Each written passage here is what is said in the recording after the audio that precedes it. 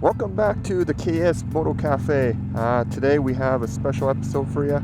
It's going to be my first in-depth review of the Vance and Hines 3-inch Twin Slash Slip-on for my Iron 883.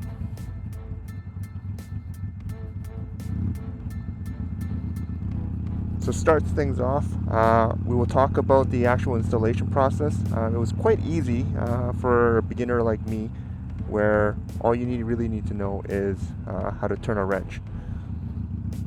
So without going into too much details, because there's better videos out there that discusses how to install these on exactly this bike or something a little bit older on a Sportster. And from all the installation videos that I've seen, majority of the people had issues with taking exhaust clamps off and putting them back on. So what I did was I kept the original clamps with the stock slip-ons, and then installed these new ones that I bought from the dealership onto my Vance and Hines. So that saved me about probably 30 minutes or so in an installation process, which was good. In total, it took me about 45 minutes total, and that's me taking my time, making sure I don't scratch things. I would say if you know how to turn a wrench, you should be able to do this without any assistance. So luckily for me, as I mentioned in my first video, I did not have to remap this because it's just a slip-on, and I did not upgrade my air filter system. So because of that, she's running on everything on stock minus the exhaust.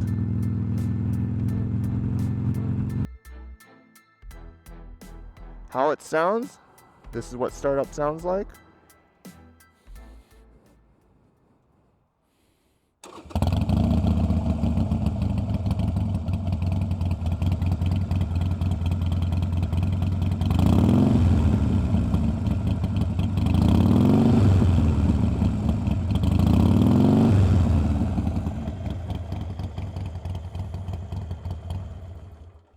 Starts up pretty good. Definitely wakes up the neighborhood. I would caution that the video sound did not do justice for the sound, and I have to completely agree. It is much louder and much throatier in person. So be aware. If you're the type of person that's gonna have issues with the neighbor, especially about the sound or the noise of the exhaust, you may want to purchase the quiet baffles. Now, I didn't get the quiet baffles because it doesn't really make a difference on the highway.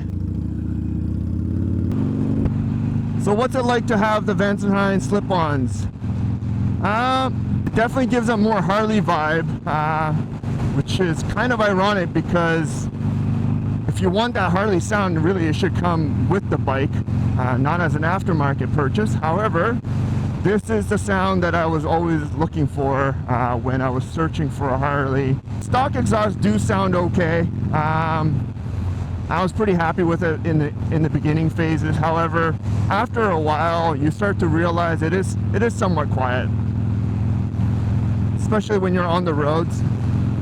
I did find that I was less noticeable, and I'm saying that in a safety sense and not from I want everyone to look at me type of sense.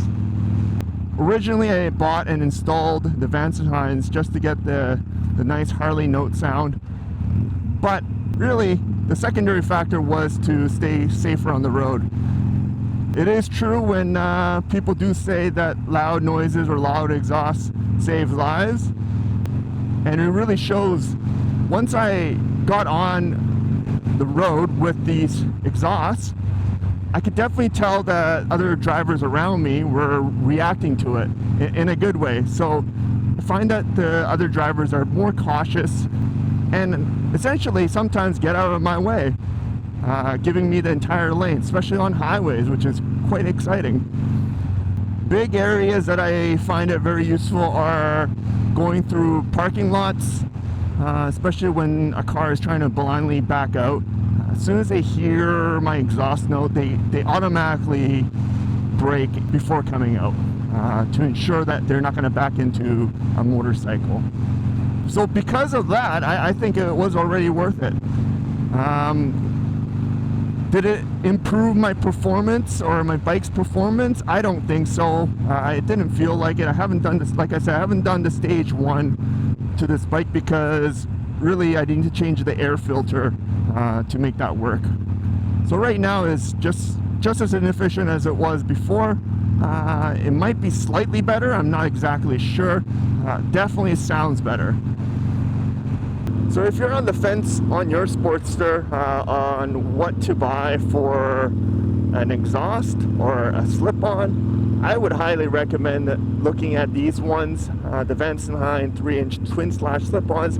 They look amazing, especially with the black and a little bit of chrome at the tip. So was it worth it? Absolutely, I think it's worth it.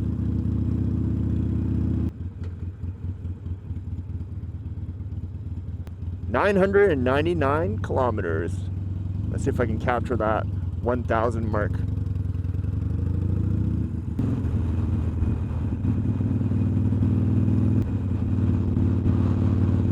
$1,000! Woohoo!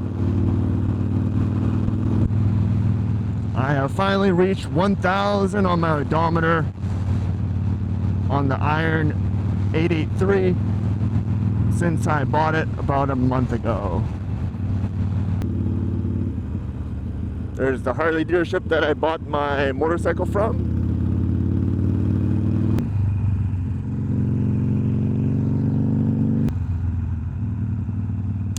That Echo has an extremely tall antenna. What is it for? So curious. Look how tall that thing is. You probably can't see it on the camera, but it's about, I think it's about 2 meters. Man, look at that thing. Maybe he's tracking UFOs. It's the way of like just whipping around.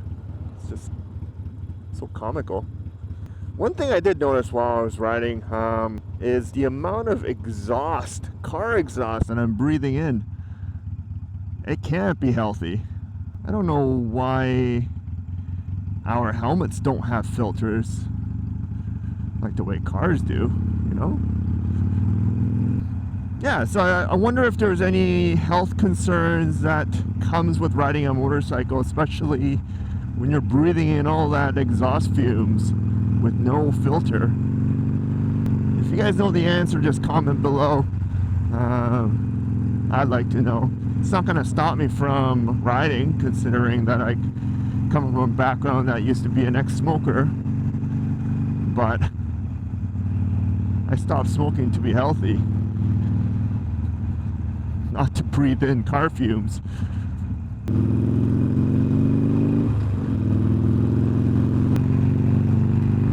So anyways, that's my review and my impressions of having a Vance and Hines slip-ons. Until next time, peace.